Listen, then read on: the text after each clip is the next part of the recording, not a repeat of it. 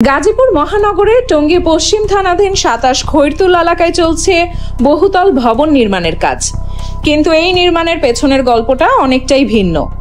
স্থানীয়দের অভিযোগ, ভবনটি তৈরি হচ্ছে অবৈধ গ্যাস সংযোগের বিনিময়ে অর্জিত অর্থ দ্বারা, আর এর মূল হোতা কথিত ঠিকাদার লোকমান হোসেন, যিনি নিজেকে তিতাস গ্যাসের ঠিকাদার পরিচয় দিয়ে বছরের পর বছর ধরে কোটি টাকার অবৈধ গ্যাস সংযোগের বাণিজ্য গড়ে তুলেছেন। লোকমান একজন খারাপ প্রকৃতির লোক। উনি অবৈধভাবে বিভিন্ন বাসায় গ্যাস সংযোগ দিয়েছে। উনি অবৈধভাবে অনেক টাকা পয়সা লুটপাট করে খেয়েছে। ঠিক আছে, আমরা তীব্র প্রতিবাদ জানাই। এলাকাবাসী ওনার কি বলবো, ওনার কাজকর্ম খুবই খারাপ। আমরা এর তীব্র প্রতিবাদ জানাই। আমরা কর্তৃপক্ষের নিকট অকুল আবেদন করছি যাতে ওনাকে আইনের আওতায় আনা হয়। একসময় অর্থ অভাবে দিন কাটানো লোকমান এখন এলাকা জুড়ে পরিচিত কোটিপতি লোকমান নামে। গোপন সূত্রে জানা যায়, তিনি তিতাস গ্যাসের নাম ভাঙিয়ে গাজীপুর ও আশেপাশের এলাকায় হাজার হাজার অবৈধ গ্যাস সংযোগ দিয়ে সাধারণ মানুষের কাছ থেকে মোটা অঙ্কের টাকা হাতিয়ে নিচ্ছেন। বর্তমানে লোকমানের নির্মাণাধীন ভবনের ৪র্থ তলার কাজ চলছে, আর সেইটিতেও ব্যবহার হচ্ছে অবৈধ গ্যাস সংযোগ।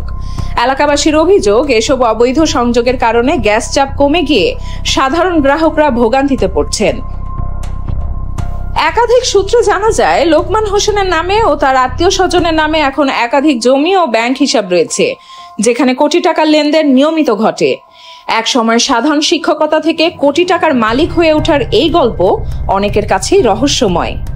তবে এই বিষয়ে টঙ্গী তিতাস গ্যাস অফিসের ব্যবস্থাপক মোহাম্মদ মিজবাউর রহমান জানান, আমার জানা মতে লোকমান নামে আমার জমিও টঙ্গীতে কোনো কর্মকর্তা বা কর্মচারী নাই, এবং কোনো ইন্ডাস্ট্রির ঠিকাদারও লোকমান নামে আছে বলে আমার জানা। দেখেন, আসলে কেউ যদি তিতাস গ্যাসের বা অন্য কোনো প্রতিষ্ঠানের নাম ভাঙায়, সেটা ঠেকানো খুব কঠিন। তবে আমরা যদি সুনির্দিষ্ট অভিযোগ পাই, লিখিত বা এই ধরনের অভিযোগ পাই, আমরা তার বিরুদ্ধে অফিসিয়াল আইনগত সব ব্যবস্থাই নিই। অন্যদিকে অভিযুক্ত লোকমান হোসেনের সঙ্গে একাধিকবার যোগাযোগের চেষ্টা করা হলেও তিনি ফোন রিসিভ করেননি। স্থানীয়রা দাবি করেছেন, প্রশাসন যদি দ্রুত তদন্তে নামে, তাহলে গাজীপুরের অবৈধ গ্যাস সংযোগ চক্রের মূল হোতারা ধরা পড়বে এবং রাষ্ট্রীয় সম্পদের অপচয় রোধ করা সম্ভব হবে। News desk, news world Bangladesh.